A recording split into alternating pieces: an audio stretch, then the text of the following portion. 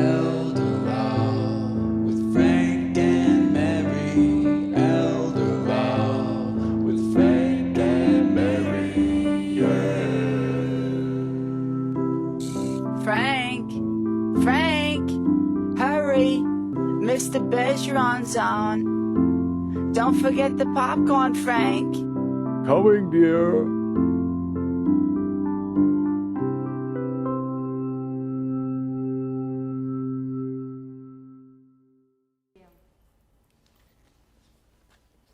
Good evening. Thank you for coming tonight. My name is Tammy Pazaricki, and I own Pleasant Trees Adult Day and Consulting Services in Marlborough. I've been open about 6 years now. I bought a home in Marlborough. It's a little ranch house on a lake that serves about 10 folks each day, Monday through Friday. And my goal is to give folks a purpose to get up in the morning, a purpose to leave the house in the morning, get up, get dressed, go meet with friends. When you're diagnosed with Alzheimer's, it's very likely that you're going to isolate, get depressed, withdraw from friends, withdraw from activities, not go to work, not volunteer. These are the things that are crucial in engaging with other people to slow down the dementia process, no matter what dementia process it is, Alzheimer's being the most prevalent, so that's why we're talking about it. It's non-medical, so folks who are living at home with a spouse or a child or a caregiver, this allows the caregiver to get a break. Pleasant Trees was designed because my grandmother developed Alzheimer's.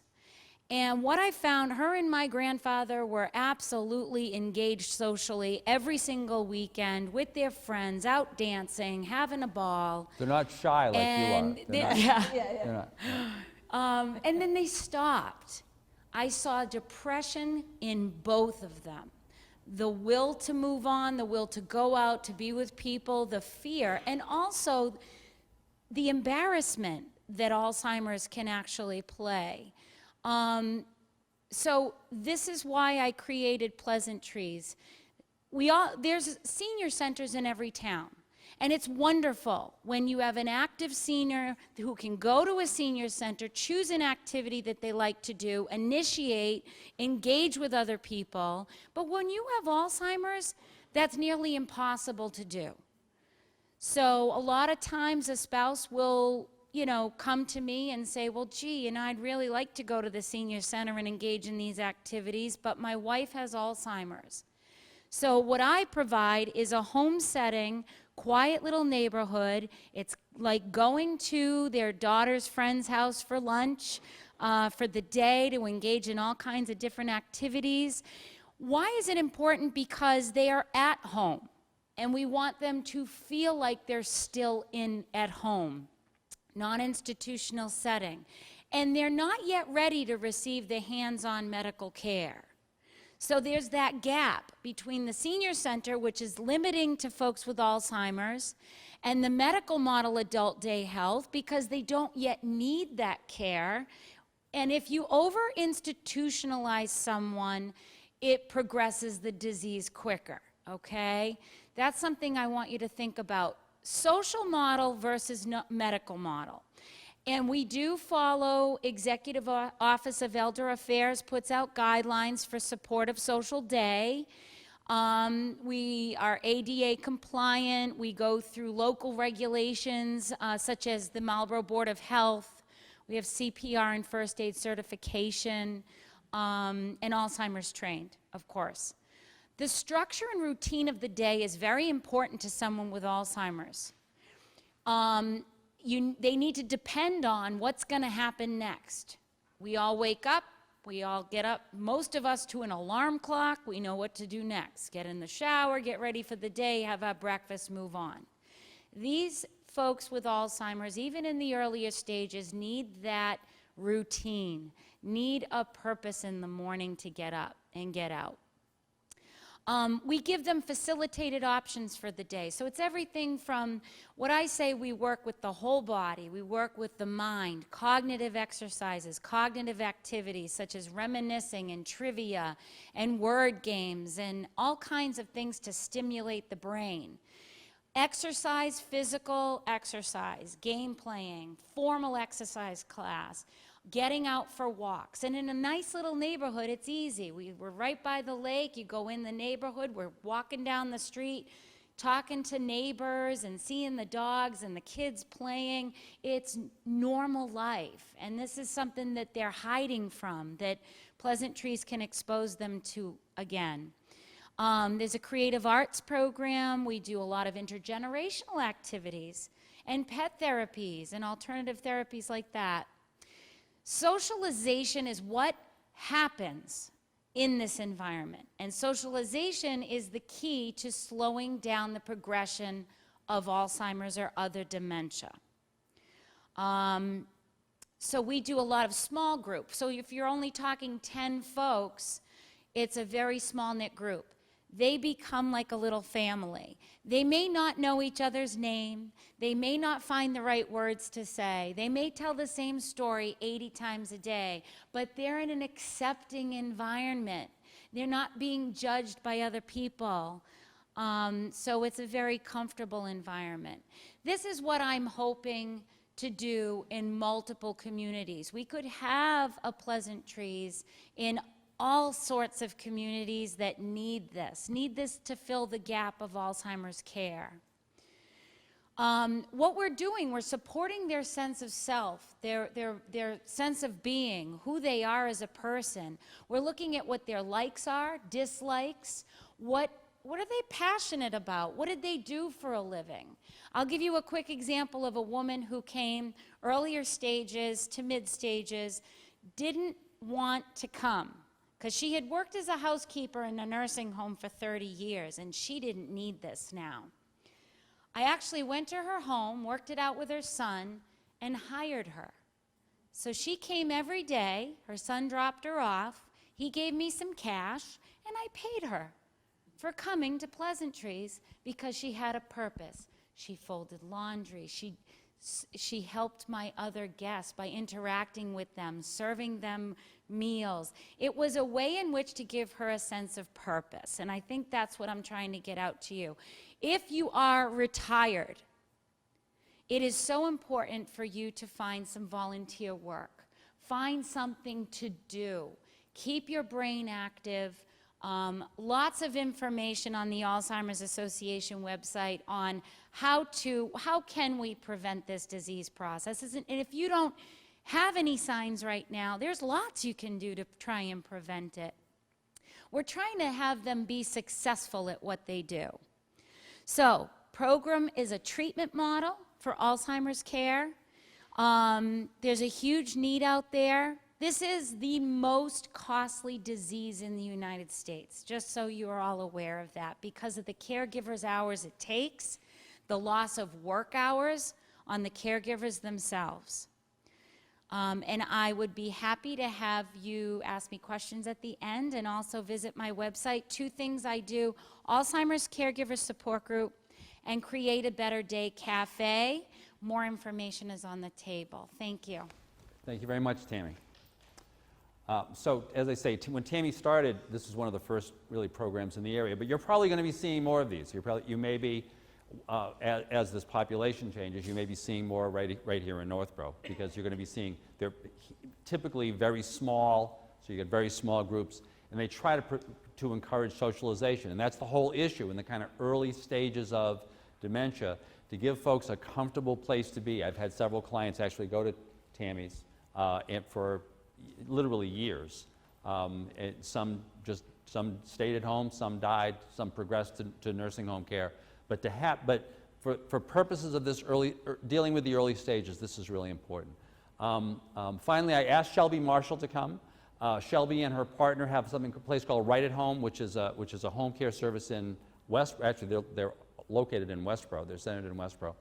But I wanted you to understand how that works, right? And how hiring a home care agency works. I know a lot of people will hire friends or relatives or whatever, or you've got volunteers that are coming in, but you should understand what this possibility is. As I mentioned to you, if you're looking at hiring a home care agency, you want to vet them, right?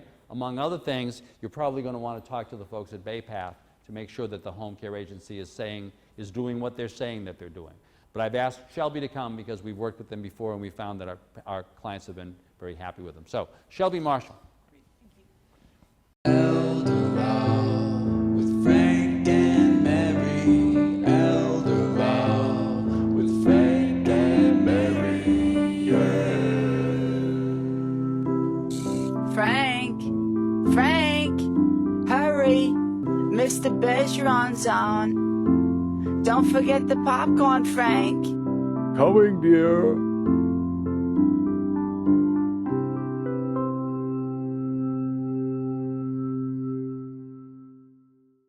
Good evening, everyone. Thank you so much for coming out. So we're going to walk through a few slides. And first one we're going to start with, I'm going to take you through a couple of scenarios, and I really want to piggyback on what all of the other speakers have said, sort of the benefit of going at the end of the presentation before Arthur wraps up for you folks. The benefits of home care, and sort of when you think about Alzheimer's and aging with choice and aging in place, is that there's no one solution.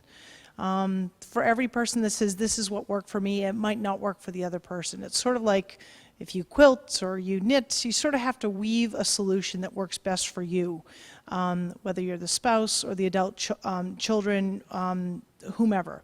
And so what you've heard is that there are a lot of resources that are available to you. So even if you're not at the place where you say, I really need this today, maybe you have a neighbor that needs it. Maybe you have a loved one in your family, a cousin, a nephew, a sister, or brother. Take the information, stash it away, and sort of remember it for that rainy day, so to speak. So we have been in business for several years. I can talk about the agency specifically offline, but really I'm here to talk about sort of home care in general and how we can help and support individuals through the progression of Alzheimer's and just aging. So this is sort of a typical scenario we would see, right? So you can imagine that you have dinner at mom's house on Sunday. You go every Sunday. Maybe you were in town visiting for the first time. Maybe it's your sister. You can sort of fill in the blank who this person is. But this time you notice things are different. Or maybe it's the first time you sort of acknowledged and maybe sort of denied less that things have been getting different, becoming different. So things like the dishes were dirty. The house wasn't as clean as it always is. You know what? There were actually some pills on the counter still in the pill box. Today was Sunday, and pills are still there from Thursday. Mom looked different. She wasn't as kept as she normally is. She had difficulty following the conversation. In fact, she was a bit removed, usually very gregarious, involved, really sort of withdrawn. Everyone here talked about sort of that withdrawing and how isolating the disease can be. Or you might imagine a conversation between friends. So I borrowed our friend Arthur's Frank for this little scenario here. But Frank's talking with his buddy Joe, and he says, you know, Mary is really sad. And Joe's like, what's the matter? Well, she used to play card at Joyce's, and she's just not going anymore. And Joe says, well, you know, those women, they're always getting into one spat or another. I'm sure it's just nothing, right? Kind of typical, sort of dismiss it as a friend would be. I'm sure it's fine, Frank. And Frank says, no, you know what? This is different. Because not only is she withdrawing, but we were going out the other day, it's 70 degrees out. We're actually having good weather, so that actually fits for this slide these days. She was putting mittens on. And then she left the stove on. And something's different. And oh, by the way, I'm doing volunteer work, and I'm now a little bit worried about leaving her. I'm just not sure. So two very typical scenarios that we see with families that we take care of. And so how can home care help? Well, home care really is one of many solutions. We provide services that can be as little as a few hours to 24/7 awake care through supporting individuals through end of life. So one of the nice parts is that it's sort of like, you can kind of think of this conversation like building blocks. So you get some information from Julie, now you're educated about the disease process, and you understand the resources available to you as a disease supportive organization. Then you have Nancy here who can tell you all about BayPass services and what you may be eligible for, some of which may be the home care services, which she talked about. And then you got Tammy who can take care of your loved one during the day. So how does home care fit in? Well, home care could be the wake up in the morning, get that individual ready to go to pleasantries. They go to pleasantries, and then they come home while you're still working, your loved one's still working, whatever the scenario is, and you have someone there to help that individual at night, or as they come home and as they transition to the evening. Or someone says, geez, I really don't want to go to pleasantries, Marlboro's too far, whatever the scenario is, I don't qualify. You can hire a home care agency to provide these services privately. And so you just sort of build a plan. And the key is with home care is, I should just sort of the disclaimer, but I'll state what is the obvious, is that the services that I'm talking about are privately paid for out of your own funds, long-term care insurance, veterans aid and attendance benefit, but they are paid out of your own private funds or assets. So these are not visiting nurse services. They are different. Those are great services. They're paid for by your insurance, by Medicare, by MedX. We sort of consider ourselves the gap fillers. So when you come home from a hospital and you need care, or you have a diagnosis of Alzheimer, but maybe you fell, then you went to rehab, and now you're home, your loved one is home, and you have home health care services, and you have those for a couple hours a day, what happens to the other 22 hours in the day? So you have support maybe for skilled nursing, you have some PT and OT physical therapy and occupational therapy coming in. Who's helping with making sure mom, your husband, your wife takes the medication? Who's helping to make sure they eat? Can they prepare a meal? Can they safely move from their chair to the kitchen? Can they safely move from the kitchen to the bathroom? I mean, these are very practical, everyday, Nancy used the term activities of daily living that we all do today, thankfully, right? We're all here. But as the disease progresses, these very, what we would consider routine tasks of a day become very challenging. So home care is here to help. So our services vary widely. I've just put a couple examples up here. Medication reminders I mentioned. Medication errors are one of the #1 reasons for admission to a hospital. So it's great if you have a med machine. They are great. They can alert the adult kids, mom didn't take the medication. But if you get alerted and then you forget that you heard the alert, you still didn't take the medication. So again, one solution doesn't work for everyone. Sometimes it really takes taking the medication out of the pill box and saying, here you go, take it. We can't force anyone to take their medication. Here you go, take it, swallow it, good, we're good. Now we can move on and we can document that you took your medication. Sometimes the med machines work very well. Again, coming up with solutions for every family is what we do. We support ADL, so we support bathing, grooming, toileting, incontinence support, transferring safely, dressing, etc. And then really there's a big social support aspect. While we don't have a number of residents, right, it's one-on-one care, it's very personalized. We have a number of clients who have hired us to support them to get ready and get going for the day, and then we take them out. We go to the park, we go to the museum. It's one-on-one care. It's a little bit different than Tammy's model, but again, you got to find kind of what works best for your individual. We go and visit relatives. We go and take that individual to see their loved one who is in a nursing home, but they no longer can go see that individual. So the benefits of home care are broad. I have a couple here. For the caregiver, we've touched on this. There's a respite component. That's really, really important for folks that are maybe sitting at home and watching this or will watch this and can't, don't have the benefit of being here. Caregiving can be very, very isolating. It's hard work. The numbers that Julie shared are just astounding. But sometimes we're just there to provide respite. You've been taking care of someone for 24 hours a day, 7 days a week, week after week, and you know what? You want to be able to go on vacation for 2 weeks.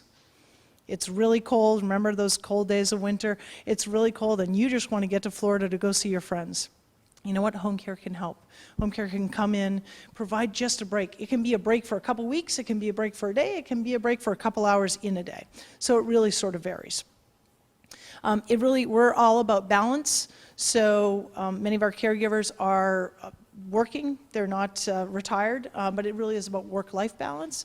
And so we help you to achieve that, or we hope we helped you to achieve that. And peace of mind, right? So take the worry. We'd like to believe we're an aspirin to someone's headache, not that the person is a headache, but the stress of caregiving can be very stressful. And then for the individual with Alzheimer's, we're really about encouraging independence. So it's not about coddling someone, it's not about doing it for them, it's keeping their minds as active as possible, keeping them physically active, making sure nutritionally they're being taken care of, and supporting them and delaying disease progression as much as possible.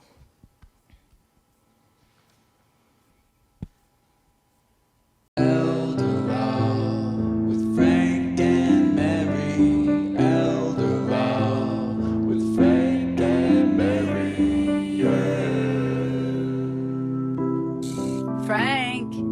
Frank, hurry, Mr. Bergeron's on. Don't forget the popcorn, Frank. Coming, dear.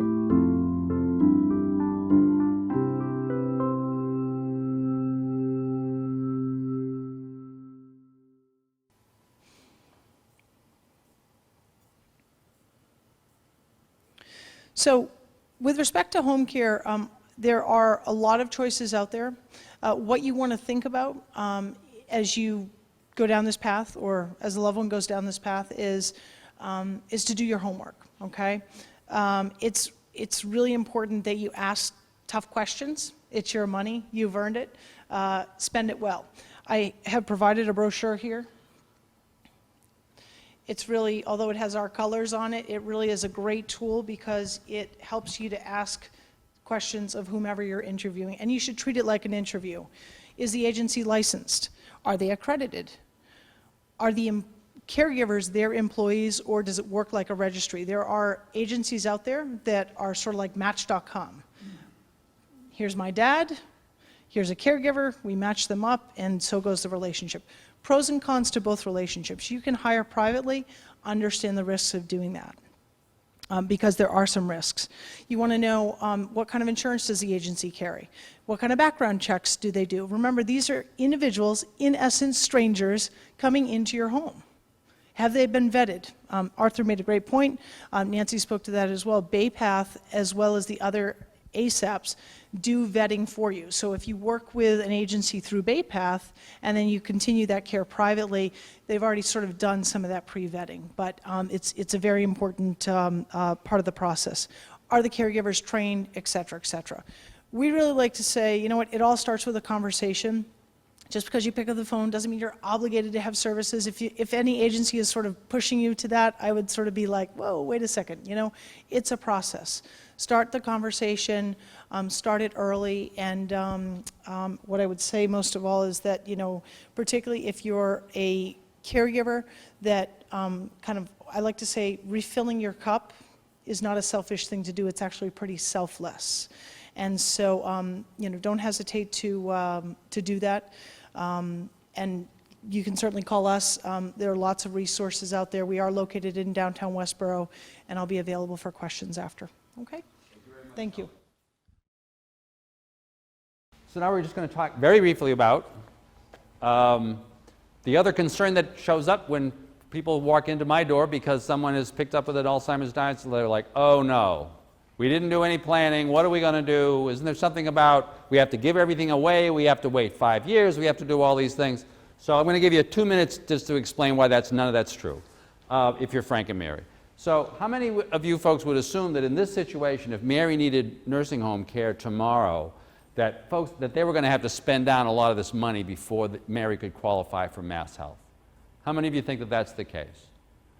No, that's false. If Mary were to go to a nursing home today, and Frank were to come in to me and say, oh my God, I didn't do any planning, what am I going to do? I'd say, well, that's okay, that's okay.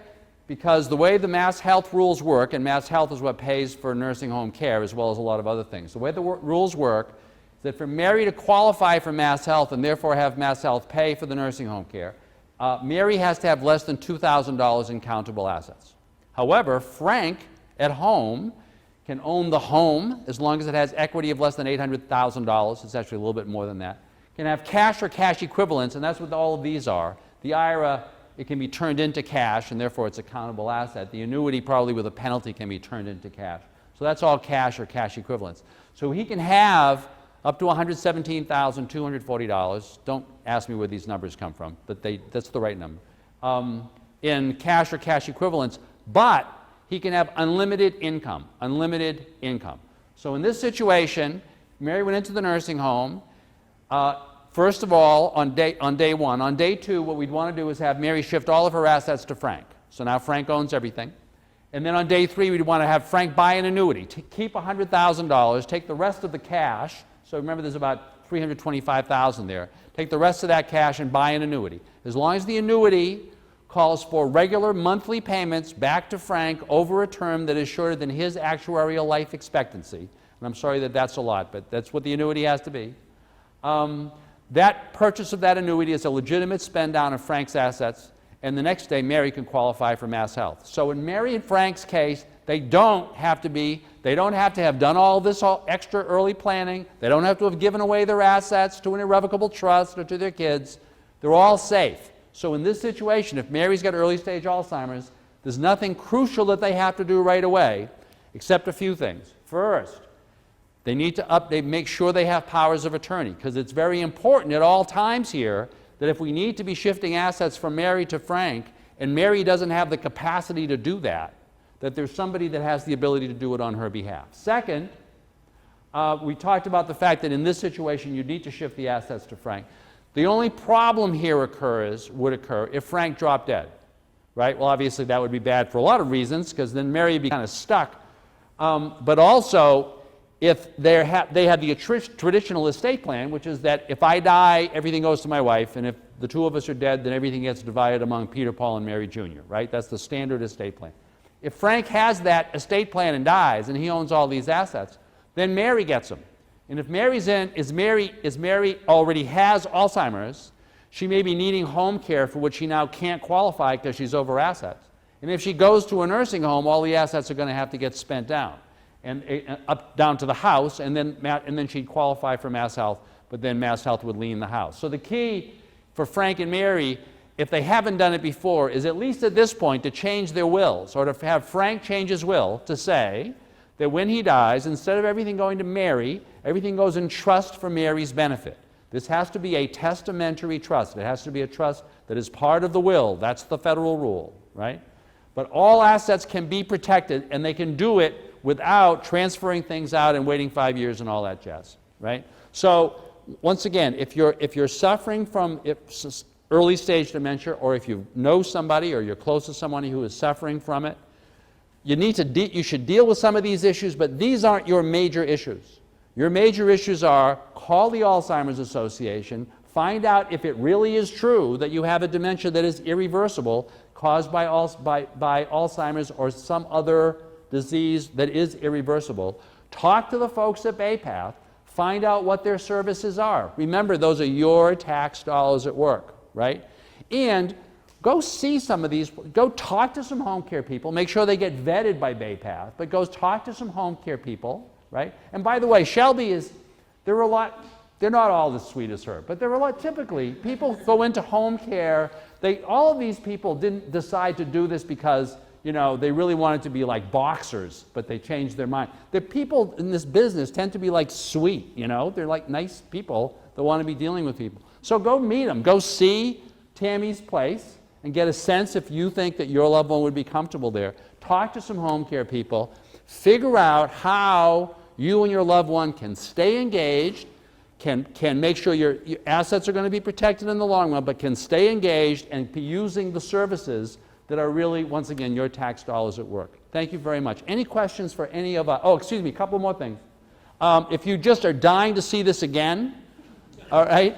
First of all, it's going to be on local cable. That's the reason why we're filming for them so they can play it on local cable. But also, all of my presentations, I have a YouTube channel.